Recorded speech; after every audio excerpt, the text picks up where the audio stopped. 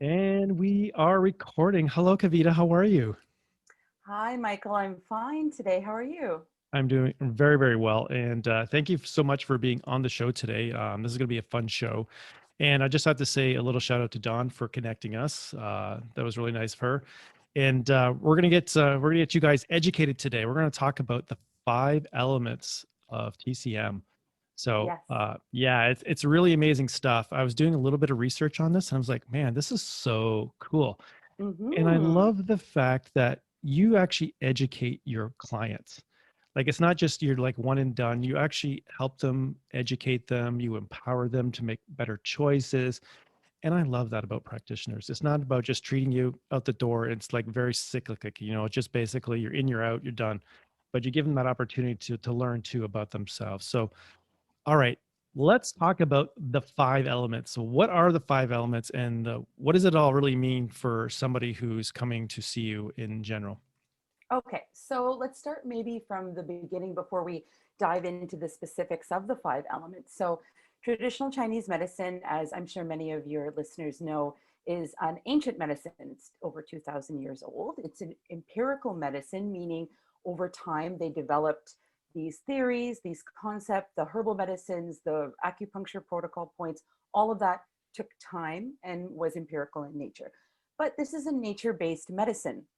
So the ancient Chinese really observed their natural surroundings. And like in Canada, China has 4 seasons. Actually, they also say five to be precise, but we'll get into that later. So Okay, we have these seasons. So nature changes.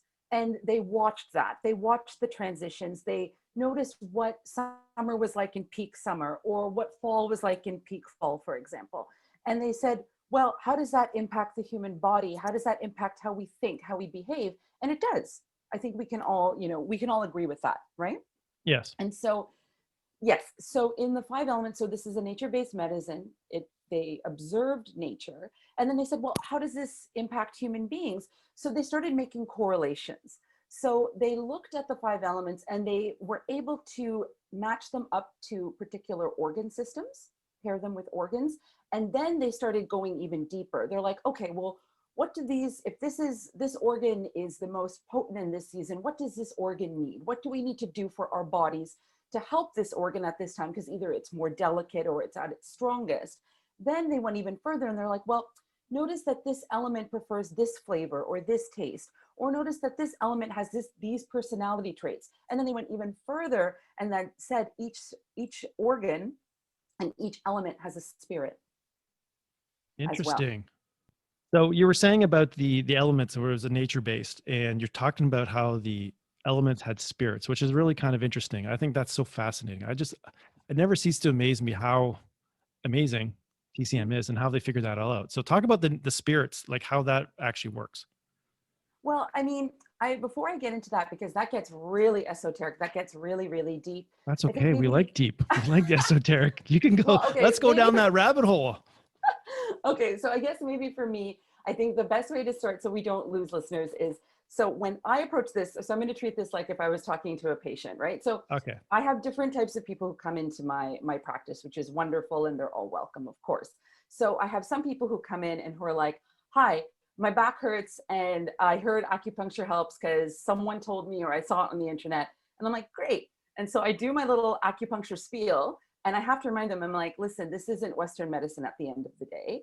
And it is energetic in nature. So I'm also going to regulate your nervous system and I'm going to check out your five elements.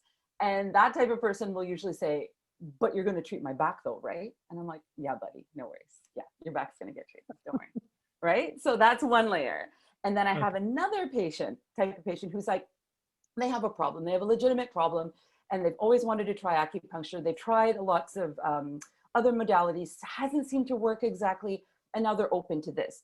And then when we start talking and I start noticing things in their tongue, their pulse, their organ patterns, things that are presenting, I'll start asking questions based on usually the five elements and other kind of typical patterns we see in Chinese medicine. And they'll be like so surprised, so amazed, so shocked. And they're like, yes, I am like this. Yes, I do notice that. And then they start getting intrigued, which is cool. So now they're really into it and they're like, okay, this is more than, like they're like, I know something's wrong And I know it's just not my physical body, it's something else, but they don't have the words kind of to articulate that. And then I have my final patient, the seekers who already know everything, who are very tapped in, probably your audience and your listeners who know, they're very open-minded, they're very spiritual in nature, or they do understand they have an energetic body. And then this stuff, then I can go right into like the spirit and all of that with the 5 elements, and they're super open to it. So yeah, it's layered and it's nuanced. So we can start at the spirit, but we can start also at the base level and go up if you like. Well, let's do the spirit. Let's work on the Okay. spirit, because I think that's so Okay. fascinating. You know, it's amazing how many viewers are now, like, in also just the listeners too as well. They've really changed how they perceive medicine now, and I've noticed it Mhm. over just through doing my podcast and talking to other practitioners. It's really changed. So, you know, yes, typically, you know, you got a person coming in, fix my back, I'm sore, and Mhm. that's all they want. And then, but there's so many more people now becoming the seeker now. They're really into Mhm. that. And I want to touch on that because I think that is so fascinating. For those who just want their back fixed, yeah, acupuncture, I'll recommend that all day long. But that whole spirit thing, I think we should just let's just touch on that. Let's go that, and Okay. then we can go circle back and forth. Okay, that sounds great. All Okay, right. so we have the 5 elements. So just to highlight them, we have wood, we have fire, we have earth, we have metal, and we have water. And each one is related to an organ system, and therefore each one has a different spirit. So we're just leaving springtime now. We're Yep. like with this heat wave, you know, it's kind of, we feel like we're in the fire element, but we're still ebbing away from spring. So spring is the hun, and that is related to the liver. Okay. So So the just what hun, was that again? It yeah, was called the what? the hun, Hun, The hoon. Okay. All right. yeah, the hun. And so, like, the hun is very special. But I want to talk about the personality of the liver first, because I think people will relate to that better, and then they'll kind of get the idea of who the hun is. All right. So, yes, so the liver personality, we know the liver as the general, okay?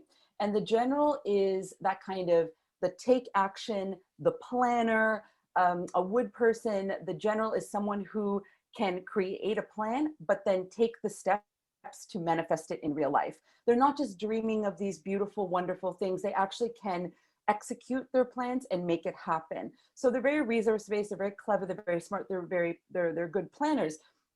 And the hun is like that. The hun is situated in the liver, and the hun is responsible for all of that kind of planning, dreaming, traveling, but also the hun is responsible also for astral traveling.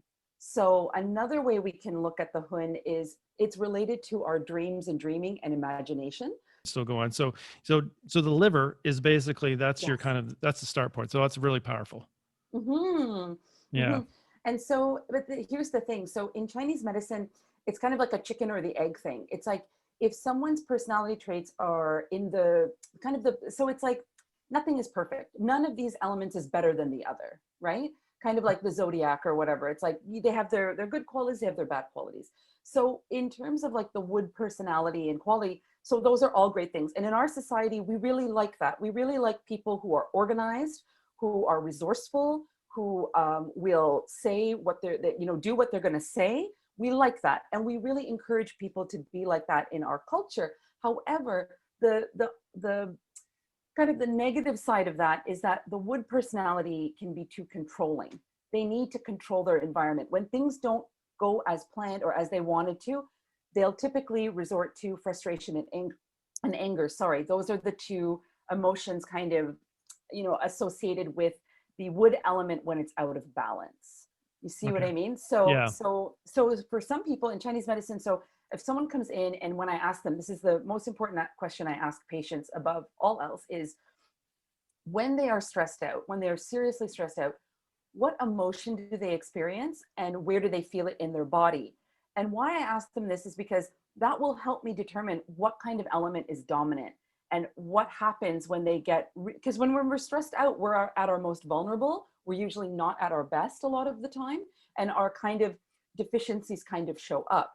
So if someone were to say, I get really frustrated and I get really angry when I get stressed out, we kind of backtrack and be like, is it a control thing? Is it because things aren't going your way? And a lot of the time that's the situation. It's like things are kind of you know, not going as planned. And some of us are better at handling that and adapting, and some of us aren't. So in Chinese medicine, we have to wonder, we're like, is it because they're getting frustrated all the time that's kind of affecting the organ? Or is the organ deficient or excess in its own, and it's causing these personality traits, like causing this imbalance to come out, if that makes sense? That's a really interesting perspective on it. Mhm, So the mhm. actual, it's not really necessarily what they're doing, but the organ could be holding this type of energy That's that's right. causing that. And that's actually affecting their field outside too as well. So it's Yes. actually attracting more of the same, which is causing the energy of the organ to just kind of just keep on reprocessing that same type of emotions. Does that make sense? Or Yes, and in Chinese medicine, kind of the definition of like, you know, unbalanced mental health is being in one emotion too often, right? So okay. we have all the five feelings and all the five emotions for a reason, because you're a complex human being and life is difficult and things are going to come up, you know, to bring out your anger, your frustration, your grief, you know, your fear, your anxiety, all of that's going to come up. But, you know, if you're kind of sticking to like, I'm angry all the time or I'm frustrated all the time, that's not great, right? That's not a great way to be. It does cloud your judgment. It does, like you said, I do believe this. I mean, I don't know if Chinese medicine says this, but I do believe like attracts like. And if you kind of are seeing the world from this lens of nothing goes my way, I think things are just going to continue to not go your way. Yeah. Yeah, and it's really that strong filter, and it's hard to change that. And it's amazing. That's what I found through my own experience with Chinese Mhm. medicine and acupuncture is when you start having those releases of energy, the glasses kind of fall off a bit. And when you're not so angry, like and you just you realize, wow, this is really kind of neat. Like okay, I can now see a different perspective.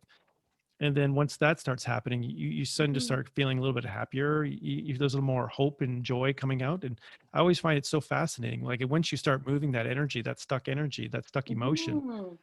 that's when the magic starts happening. Yeah, so I work with a lot of reframing with Okay. patients, and I will always say things like, in this room, there's no such thing as good or bad. Everything is just information. Like, so let's look at it from that perspective. So that can be helpful. Also, you're right. In Chinese medicine, when the liver specifically, or when our qi stagnates, it does hold us back and it does create imbalances and it does create problems. And it is very freeing. I've seen it, like for myself included, but I've seen patients when that energy gets unblocked and starts moving, how things start changing for them in such powerful and magical ways, you know? Yeah. So, yeah, so specifically, like, for example, for a lot of chi moving formulas, like TCM formulas, I will give a patient, you know, in some of the text, it will say women specifically will feel more anger, they will get more Interesting. irritated because, well, it's so interesting. It's like, so the liver channel goes from the feet, comes up through the abdomen, goes through the breasts, goes up through the throat, and goes to the top of the head. So in our culture, women typically aren't allowed to express their anger. And it goes through breast tissue, it goes through the throat, like can't speak, you know, breast cancer, sometimes the stagnation that happens there, and headaches and this vertices that go up. So it's very interesting that when women will take herbal formulas to move their chi, they'll be like, I'm so irritable. I'm so angry right now all the time. And I'm like, it's freeing up. It has to come out, right? It Yeah. was like just locked in there, you know? It's better out than in. Better out than in. That's what I always Yeah, say. that's definitely okay. So we talk about wood. Let's go on to the next one. So what's Sure. after wood? Wood is fire. So this is the Fire. season that we're going to be coming into, and that's the Shen. And the Shen is just, oh my God, it's just so beautiful. The Shen refers to kind of the mind, and the Shen is associated with the heart. So Okay. fire, heart, and the Shen. Okay. And in the pantheon of the five elements, the Shen and the heart are known as the emperor or the empress. So this is the seat of our wisdom. This is the seat of our inner knowing. Okay.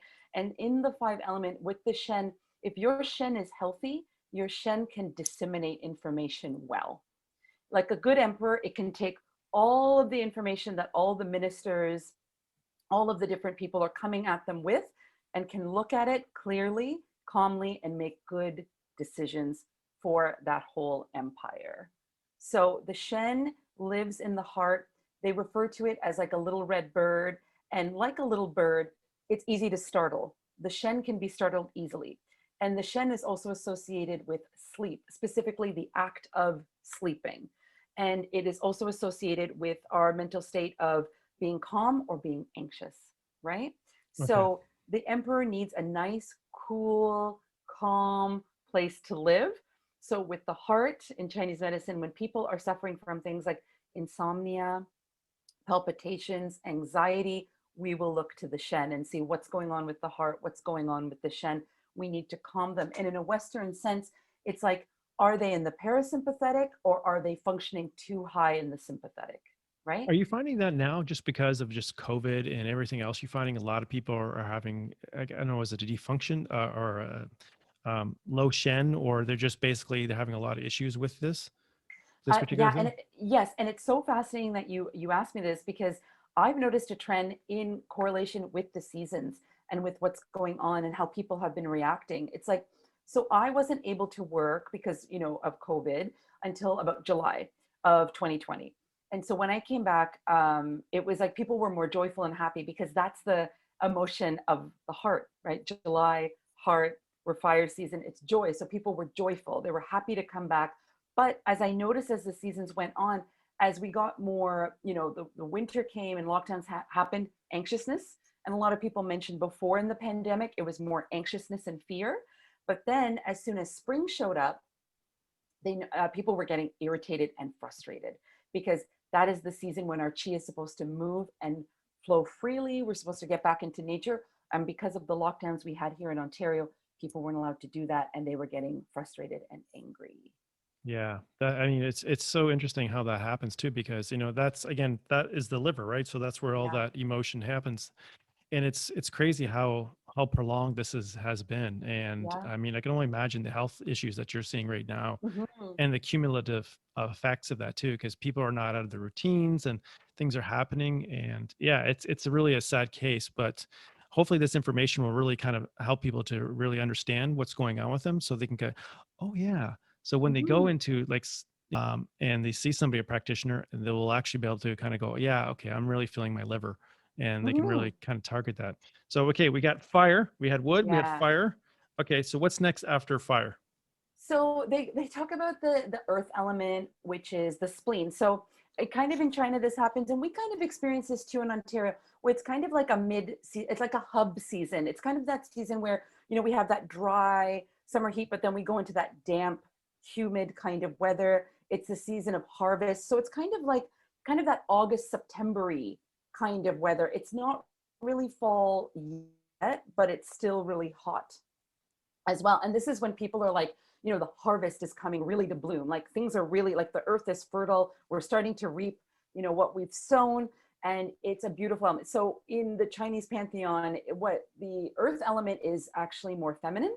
It's considered to be the more mother element. Directionally, it's in the center. So it's our digestive organs. So it's spleen, stomach. And it's all about nurturing and being nurtured, right? Okay. And this has been problematic for people during the pandemic. The support. This is an organ like Yeah. how our mother supports us. A lot of people have been feeling that lack of support, and I've been seeing a lot of digestive issues as a result of that. Yeah. Wow. I mean, that's interesting too, because I found, talking to a lot of practitioners too as well. A lot of people are having, and just talking to people in general, they're Mhm. always having these stomach issues. Like, why my stomach so messed up? And I mean, their food hasn't changed too much, but it just Mhm. they're constipated, diarrhea, indigestion, bloating, acid reflux. I Yeah. mean, the gamut. You just go up and down the gamut of different disorders that they have in digestive system. Everybody seems to be having it. Yeah, for sure. And I really do believe that that's that earth element not being nurtured and being taken care of. And also in like Chinese medicine, and we can talk about nutrition another time, or people can contact me about that. But we look at nutrition very differently, and especially about the metabolic fire. And like what a lot of people do in Western medicine, or in kind of the Western nutrition camps. I don't know what to call it, but they're very much like raw food, raw food, raw food. Whereas like in Chinese medicine, we like our food cooked, especially if our spleen and stomach are having that hard time. We like to go simple, blender, cooked food, and warming spices and that. But I mean, that's a topic for another time because that could be kind of the root of the issue. But anyway, so it's the yi is the spirit of it, and what can damage the yi is overthinking. And guess what everybody has been doing during the pandemic, That's so right? true. It is so Right? true. Yeah. It's that pensiveness. So normally people with like a weak kind of stomach is like people who think a lot, like people with very cerebral jobs who are like thinking, but not moving their body very much. And students, right? Thinking, taking in information, it can be very, kind of damaging, harmful, or I would like to say just really taxing on the spleen and stomach. So that's the situation there. So it's like we have to do a lot to balance this, because this is how we get our chi. Like it's one of our main ways we get gu chi, which is the chi from the food that we eat. So if we're not getting properly nourished, it's going to have a detrimental effect on all of the other organs, on all of the rest of your physiology, right? And we all, I think, can attest to that, right? Yeah. It makes total sense. Yeah, it makes Yeah. total I sense. mean, that makes total sense on that. All right. So then we go from there. What's the next one? So that's fall. Fall. So this is when the autumn, if we can say Yep. the autumn, this is when everything starts dying. So this is when that yang energy starts going into the earth, and we're starting to introduce the yin energy time. We're starting to go into the colder, darker months. So this is when everything dies, right? This is when we go inward. Humans start collecting everything we've harvested, and traditionally, depending on where you're from in this world, traditionally people will start pickling, they'll start preserving, they'll start making ways of making this food last longer, right? Yep. Animals start preparing. We all start getting ready to go inward. And the same thing happens with our energy and our spirit. It goes inward slowly but surely. So now, in terms of that energy, it's known as the Po. And the Po is also very special. Po is known as the corporeal soul. So, in all of the five elements, each spirit, when you die, they will go somewhere else. I don't know where that is, but they will live on beyond you, not the Po. The Po dies when your body dies. Okay. Okay. Interesting. Very interesting. So you can observe the Po in animals because they live in the moment, right? They say the Po lives where when you take a deep breath in and you take that breath out and there's no air in you, they're like, that's where the Po lives, Interesting. in the nothingness. That is really cool. It's very cool.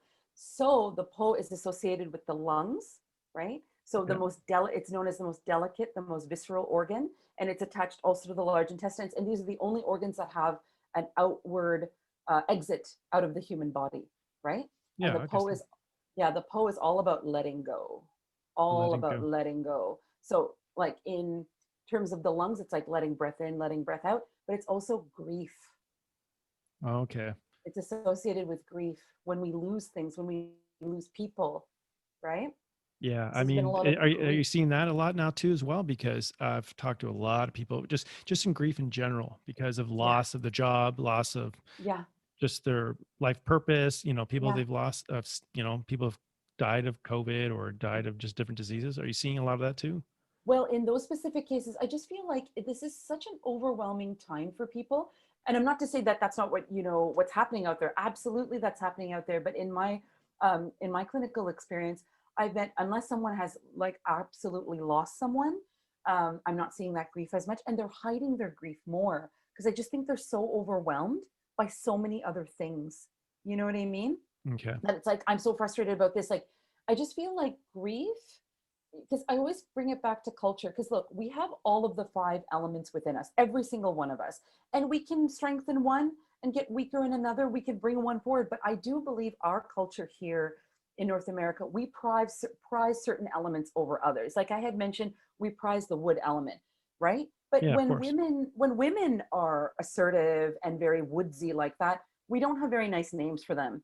And when boys are very, you know, earthy and into like that element of supporting and nurturing, we're not very nice to them either. So we kind of have to be mindful of that. And grief is one of those emotions that we people generally are very uncomfortable with. Either Yeah. uncomfortable hearing people grieving, or people are uncomfortable grieving in front of others. So you know what I mean? So it just depends on the person, I think, and how far they want to share that, right? Yeah. Now, part of like that, you will actually see that in your when you're doing your assessment too, whether it's whether it's through the tongue or the pulse and stuff like that. Mm-hmm. Just asking your questions, whether it's actually the grief that's the underlying cause of everything else.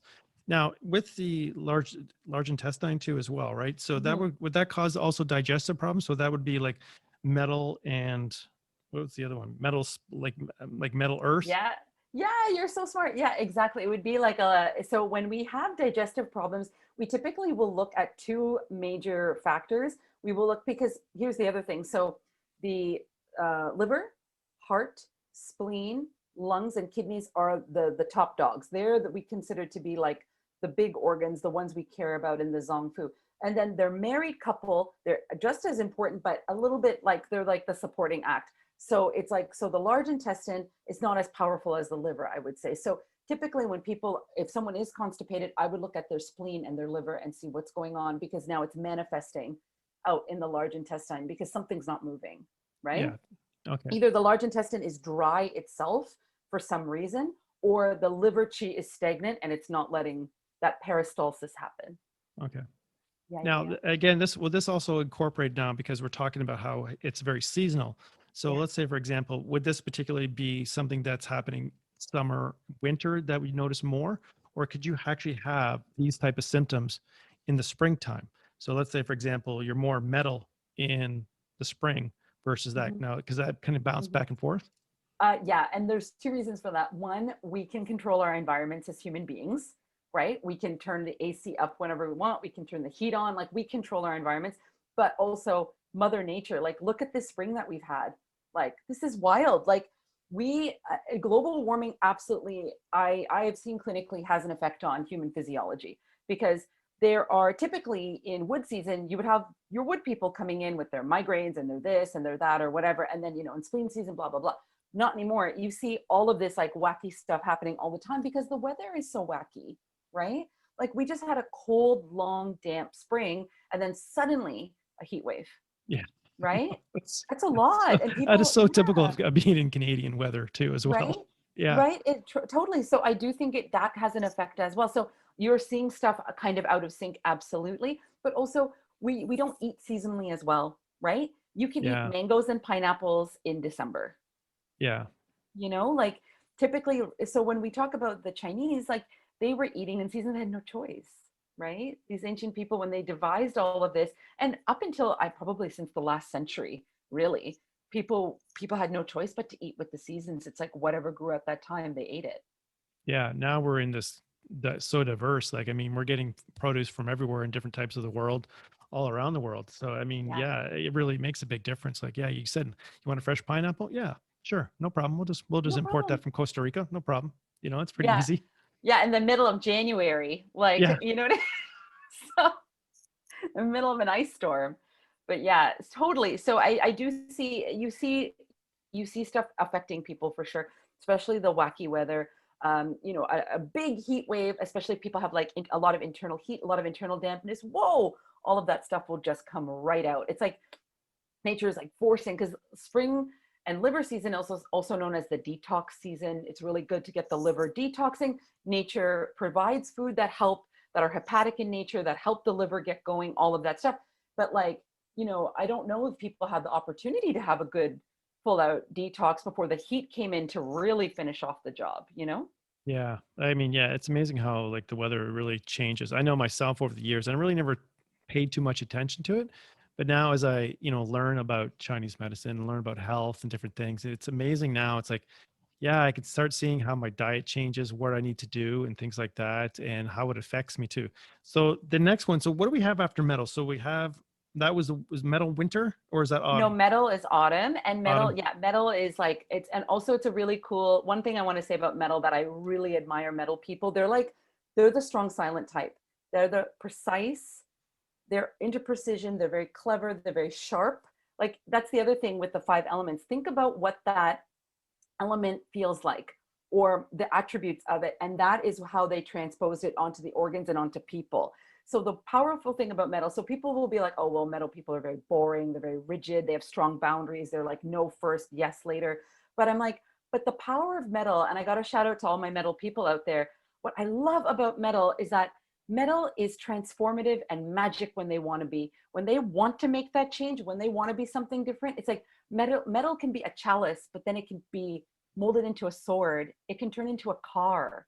Like it's a pretty powerful That's very element. cool. I It's yeah. very cool. Yeah, it's Yeah, very it's cool. interesting how, like you said, like if you take the wood, how does wood feel in your hand? And then Mhm. there's always a good and like, well, not really, like you said, it's not really a good or bad, but you just tell there's a difference between them.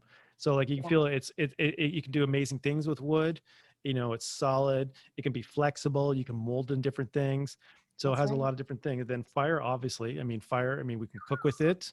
It can Mhm. destroy things, but also can rebuild things too. It's very good for cleansing and different things. I think it's just, it's so Yeah. fascinating. I love it. Okay, so Isn't what's it? the next Isn't one? it? What's the next one? Okay, What's the next one? so we've got the last one is kidneys. And Kidneys. that is, yeah, and that is the kidneys. It's winter. And this is beautiful as well.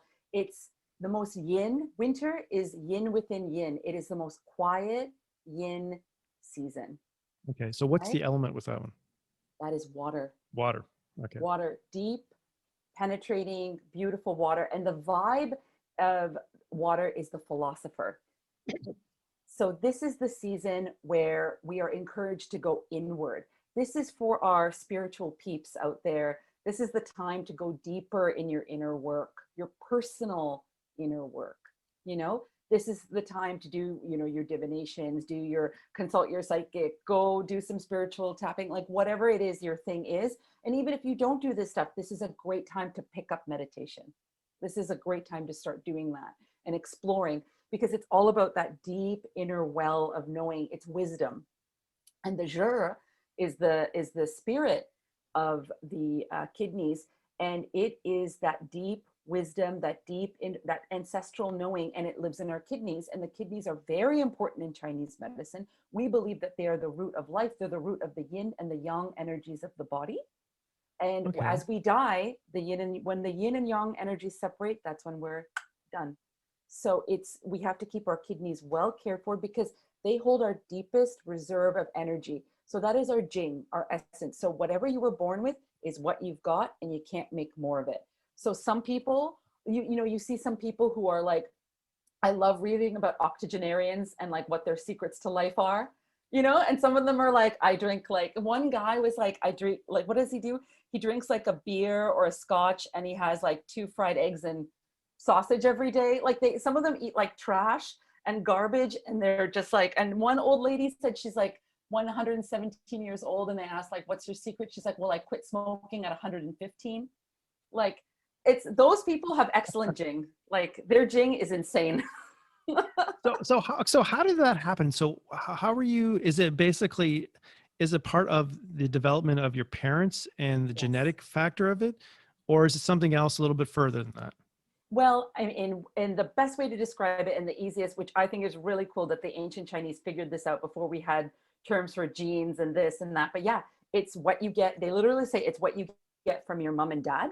It's your mom and dad's essence, right? So their genetic material that Yeah. makes you. So if your mom and dad are generally healthy, they have good strong jing, the theory is you will have good strong jing, right? Okay. And this is developmental stuff. So when you see children unfortunately have developmental issues growing up, like from the womb, uh, bone issues, like mental, like you know, dysfunctions of the mind or the brain, that would be something's going on with their essence.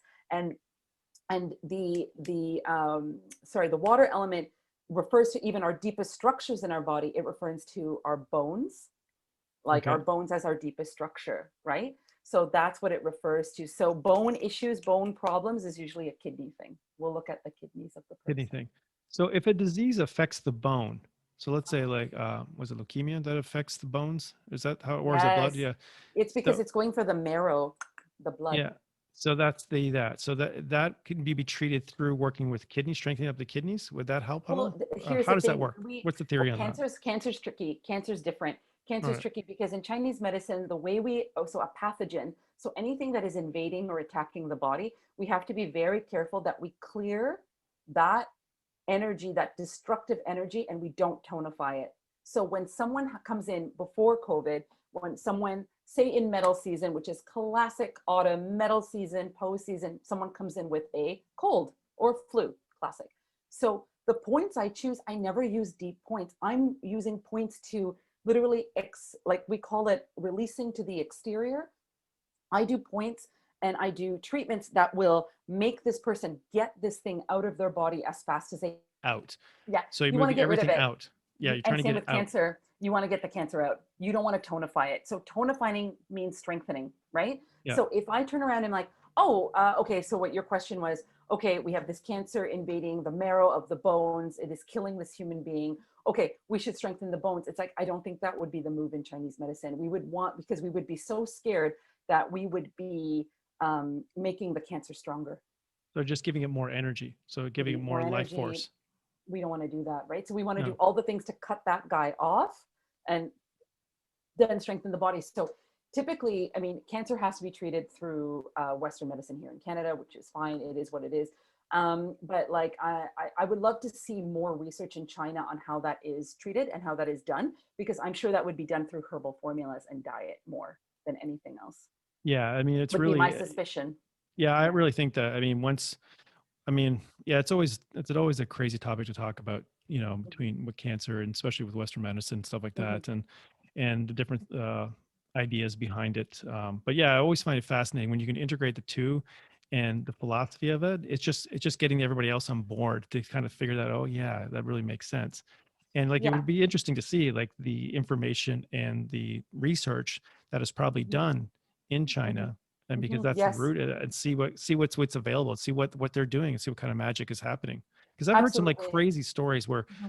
in surgery rooms they would just do acupuncture on people Mm-hmm. to numb them out, and when they have like surgery, it's crazy stuff like that. Absolutely. Well, that's the thing. In China, it's more integrated, where you have in the same hospital, you will have doctors trained in Western medicine and TCM doctors doing it together. And apparently, it's very also effective for stroke, where someone will come in with a stroke and immediately they'll assess them, do the thing, and then send them to the acupuncture board to get everything going to bring so that they don't have further and further damage to whichever hemisphere and whichever part of the body will be affected, to Yeah. stop that kind of permanent damage from happening. Yeah, But I yeah, think go I ahead. think so. I think we're slowly. It'll take. I mean, it's probably not in my lifetime, but maybe you never know. Like I think it's slowly they're starting to see a trend more of it, where Mhm. there's more integration to this type of medicine, and where they're bringing both sides of the Eastern and Western type Yeah, philosophies and yeah. understanding that too Well, as yeah, well. here's the thing. So Western medicine is fabulous at acute care. I mean, like look at what these doctors and nurses are doing now with COVID. Like Oh the my work God, that yeah. is unreal. It's unreal. Like credit where it's due. Like if you're in an accident and your arm falls off, go and see the hospital. Like, don't come to your acupuncturist. Go to the doc. Like go to the emergency room. So what? So to give credit where it's due, Western medicine excellent, excellent at acute care. They are great at it. Like it's miraculous almost. But what they're I see the deficiency is chronic care. When Yeah, someone has so one physician explained it to me as such, that when you come to see your physician, immediately your physician is trying to determine whatever you've come in with, is it killing you? How serious is this? When they have done all of their work, they have done all of their diagnostic processes and techniques or whatever, they turn around and they're like, okay, this thing isn't going to kill you. Now it's a chronic issue, and so that's not great for the patient. That's annoying for the patient, but at least the doctor's done their due diligence. It's not killing you, but what do we do now, right? yeah, And this is where I think these holistic treatments, like acupuncture, Ayurvedic, osteopathy, all of these other naturopath, all of these other modalities are coming to the fore, is because they're giving solutions for these chronic issues. yeah. I really think so too. It's amazing. And again, I think for the most part, over my discussions, I find a lot of people are just impatient. They just want it now, and it's taken them so long. Let's say it's taken them 10 years to have this problem, Mhm. and they just figure it. Oh, 3 months I should be done with it, but it may take a little bit longer. It's a long-term process and that healing. Yeah, well, this is what I explain to patients all the time. It's like, okay, for some reason we get this with weight loss. For some reason people get it. They're like, okay, gain 20 pounds. It is what it is. So it's going to take me time. It's going to take effort. It's going to take time, and it's going to take a multifaceted approach to lose this weight. Same goes for like back pain or repetitive strain or digestive issues or whatever that has been chronic, that has been plaguing you. It's like it took time for you to get into this shape. It's going to take time to heal and get out of it. But we've been trained here very well in Western medicine and just in the West for instant gratification and for a pill. You don't have to change anything else. Just take this tablet and everything will be better. And people are realizing that's not always the case. Yeah, yeah, that is so true. So one of the Mhm. things I was really curious about, and you've seen it all in the news, and you see a lot of athletes do it too as well, is cupping. And it's Yes. like cupping is like it's like the new thing. It's like the new old thing. Like It's it's the new amazing old how thing. it's the new old thing, you know? I love it. It's the new old thing. And you see so many celebrities endorsing it and a lot of Mhm. athletes. And so if people are wondering what cupping is, if you ever notice like an athlete or a celebrity, they have these little round circles that look like kind of bruises or hickeys almost like Mhm. on their back and their shoulders and different things like that. This is cupping. And Yes. you know, I've had cupping done and I love it. It's fantastic. So let's talk about cupping, what it is and some of the benefits of why these people are kind of using cupping. Okay, I'm so glad you asked. I'm really passionate about cupping. I love it. I use it all the time in my practice. And so, okay, so what cupping is it is an adjunct modality to acupuncture, okay? And it is many cultures do cupping. The ancient Egyptians do cupping. I believe people on certain Greek islands do it. I have Eastern European patients who come in and say, oh, my grandparents would do cupping on me when I was little or what have you. So cupping is not like, it's a bit more universal than people think. The difference between the cupping we do in Chinese medicine is that we use it diagnostically. So we Okay. look at those marks, which by the way aren't bruises, and I can explain that further later. We use those marks to see what is going on with the person's physiology, specifically what's going on with their chi, their blood, and possibly their organs. So I'm sure you've seen most of the time it's done on the back. Yeah. Two reasons. One, a lot of people have back pain, back issues. So it's great to get those bigger, muscular areas and kind of bring, kind of get rid of inflammation in that regard. However, there are also the back shoe points that go along the side of the spine along the side of the spine are the back shoe points, okay? And those points innervate to different organs in Chinese medicine. So if I were to give someone a back treatment, so say you came in and you're like, Kavita, my neck is killing me, I need to get some acupuncture done. We would talk about it and then I'd be like, okay, Michael, I'm gonna give you some acupuncture points for this. But because I took your tongue and pulse and because we discussed all of your other systems, like how was your digestion, how's your stress, how's your sleep, I would turn around and I would do points to support the energy systems that I thought, or the organs that I thought were having difficulty. So I would needle some of your back shoe points. So I can do it either for location or to help your physiology, right?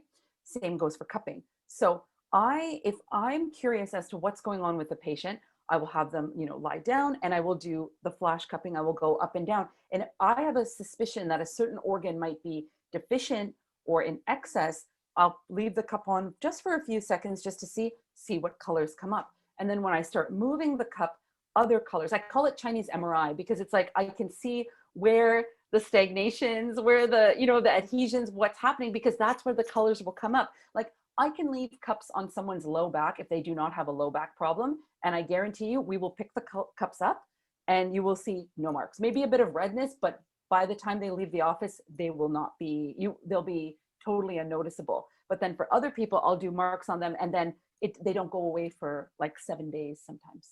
Right? Okay. So what Yeah. is happening with that then? So why is that? Is it the lack of chi in that particular area? What's going on with that? You Why would got it, somebody man. have that? You got it. So the colors mean something. So red, so speckles of red just mean heat. There's just too much heat in that area, right? Like little red speckles. Okay, no problem. And so cupping is really good for venting that heat out because one way we get heat out of the body is via the skin. So that's really great. We vented the heat out. Awesome. But the redder it gets, the more like red and the more uniform it gets. It's very important, like red throughout. That means stagnation, meaning the chi and the blood are not moving in that area, hence why they're feeling stiff, why they're having some mobility issues. And the darker it gets, and I have seen black on people, I have literally seen black on people, means the deeper the stagnation. That means how chronic it has been, how long it has been in the body, how long things have not been moving. And some of those patients will be like, they will have that frozen shoulder, cannot move their arm, or have other issues. I've also seen that on people who are on very strong medications who do not have back problems. Interesting. So yes, very interesting. And in some people, specifically women, I will put the cup on. And like I said, for a certain amount of time that I know if a mark is going to be there, it's going to be there. I pluck it off. And if I see it's a red ring or pink, but it's white in the center, that to me means a deficiency specifically of blood. So the reason why this is so important is because blood nourishes our muscles, right? Yeah, And makes in sense. those, it makes sense. So when I have dark marks on a person, people are like, oh no, that's so bad. I'm like, actually, no, I'm not too worried about that, because once we do all of the clearing, we do the cupping, we do the moving, I'll do gua sha as well, maybe some tuina. I'll be like, you're going to be sore maybe, but it's going to get better because now we've cleared the excess away. And generally speaking, people be like, oh my God, I can move again. I feel great. Might have to come in for a couple more sessions, but generally they're quite good. But for the people who marks, they have that soreness and pain, but then the marks are white, or like I said, kind of that pink ring with the white in the center, that means their blood is actually not nourishing. They don't have enough adequate blood in their body to be nourishing their muscles. So the pain's just going to come back. They feel great after because we got the circulation going, but the pain will return. The pain Guaranteed. will return. Okay. So we have to work on their blood system, right? It's really With herbs about the and blood diet. too, and get stagnation.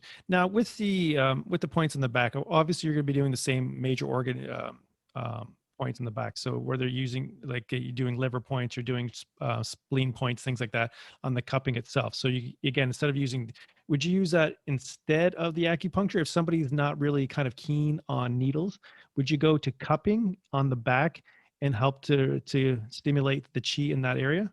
Yeah, that's a great way to do it. And that's the thing, like needle phobia is a real it's it's a real thing. It's Yeah. absolutely real, and I understand it very much, and I'm quite sensitive to it because I myself do not like getting my blood taken. I will faint. So I have a lot of sympathy towards people who are that needles make them nervous. So we have a few options. It depends, because in order to it gets hingy for someone just coming in for treatment. Absolutely.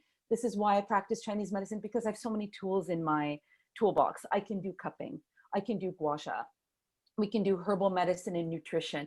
There's so many other things we can do other than acupuncture if that makes them nervous. The difficulty comes in what I found, and this is like working in the real world, is when it comes to insurance. If you don't do acupuncture on someone, like literally needling, I don't know if that would qualify for someone's insurance. So that's the only Interesting. caveat I'm going to say to people, because that happens often where people are like, oh, I'm going to come in. I'm like, but we're not doing acupuncture. So you're going to have to go back to your insurance and find out if this is what you can bill for. So you have to keep that in mind. That's all. That's an interesting thing. Yeah, I mean, cupping is so amazing. I always think it's so fascinating. So with cupping, it will it basically, I'm not saying it's any less effective. Is the needling point just more specific when you do into that specific point on the organ Yeah. versus the cupping? So it's a Oh little yeah. more again, it's more precise. It's like a laser beam Yeah, going in there. exactly. Great. Yeah. Yeah, great analogy. So I always tell people the needle is the more precise. Nothing, because the thing is, you have to realize that. So we talked about the five elements. We talked about those five organs. So each organ has a meridian. So basically, you have altogether like these meridians of energy running throughout the body, right? For both the main organ, like the liver, and then its sister organ, the gallbladder, or like we talked about earlier, the lung and the large intestine. All of them are running throughout your body like rivers of energy, okay? And so the ancient Chinese figured out where those ley lines are, okay, number one, very important. And then number two, they figured out where those acupuncture points are. And that's at that specific point, you can do three things. You can do one, location point, being like, it hurts here, the pain is here, we're gonna needle here, Yeah. number one. Number two, it has a physiological function, meaning like if I needle here, regardless if this is where the person's in pain or not, it's going to direct the chi. Either we're going to break up the stagnation, we're going to tonify it, we're going to do this, we're going to do that. We're doing something specific. And the last thing is that spiritual function, that energetic function of the point. Because the pinyin name of the acupuncture point has the three meanings: location, physiological power or function, and then finally the energetic. Yeah, Spiritual function yeah, of it. it's so amazing with the energetic aspect of that too as well. It never ceases to amaze me on that. Right? Yeah. Now, I got one more quick question Of here. So, course. with the acupuncture, now because we have these meridians that run through the body, and basically they go from toe to head and stuff like that. So, if Mm-hmm. you were doing a liver point, now I've had liver points where it's like on my foot instead of actually Mm-hmm. at the liver. So That's right. so what is the difference between the foot point versus actually targeting where it's closest to the liver? Yeah. What's the Okay. So difference on that, that? yeah, that's so funny. That's such a, it's, I'm putting my Western brain on now, because it's like, of course, in Western medicine, you would go to the area where the organ is, right? You Yeah. would go to the location, of course. And that makes sense for muscles too. Like if you come in with a hurting neck, of course, I'm going to treat the muscles in your neck, right? Like I'm Yeah. going to needle those ones because that's precise and that's where the problem is. Yes. That's not how it works with Chinese medicine. So, so basically, I don't know how they figured this out. I've been told it was through deep meditation, through deep, energetic spiritual study, but they figured out over the years where they lay and how they affect them. So the meridian will run through that organ, but it doesn't necessarily mean point, picking a point on the organ is going to be the most specific, believe it or not. So you were saying very clearly that the meridians can run from feet to head, but also hands as well. So people will say they hate their hands and feet being needled because it's so powerful, it's so painful. One, a lot of nerves in the hands and feet, but number two, this is where the meridian changes its polarity. This is where it functions. So if you think of a river, it goes like up one way, has to cycle back down. So this is where you can change the polarity of it.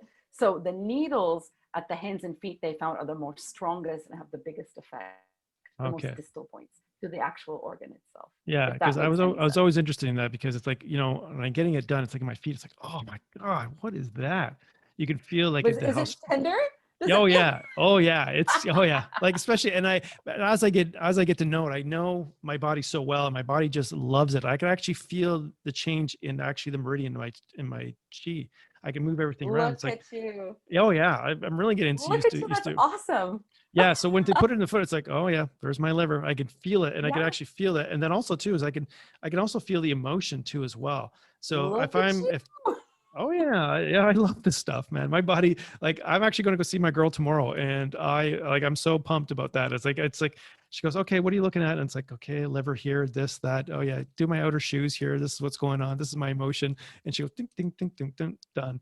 I And love it. my body just absolutely adores it. I mean, I think it's so fascinating, and I really love that you took the time out of your busy schedule to come on the show today and to educate everybody about this because I think it's so fascinating. I think the more information, the more knowledge, excuse me, people have, I just think that it really empowers them, and I really like that approach to your teaching and your practice too, as well as about overall empowering people to make healthier choices. Yeah, educate to empower, man. Like I tell my patients all the time that it's like we're in this together, right? I'm Yeah. here to facilitate your healing journey, It's like not, you know what I mean? I want them to make the best decisions for their health and that feel right for them, that resonate for them, because we're all in different stages of our healing journey, neither right nor wrong.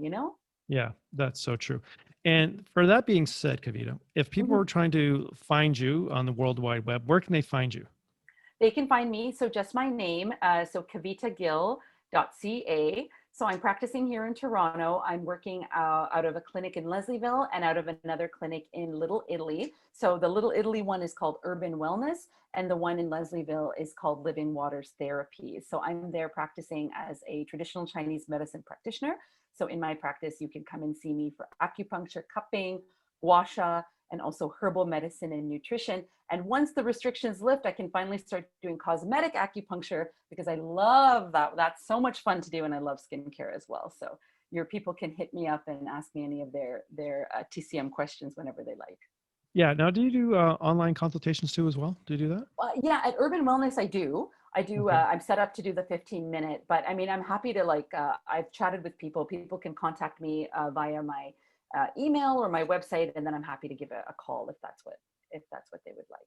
Okay, that's perfect. And I will have all that information in the description below. So I'll have all her information. So all you have to do is just look at the description in the podcast, whether it's on YouTube or on Spotify or Apple, either one of those, and I'll have that information. So you can just click and you can find Kavita. So that being said, my friend, thank you so much for being on the show today.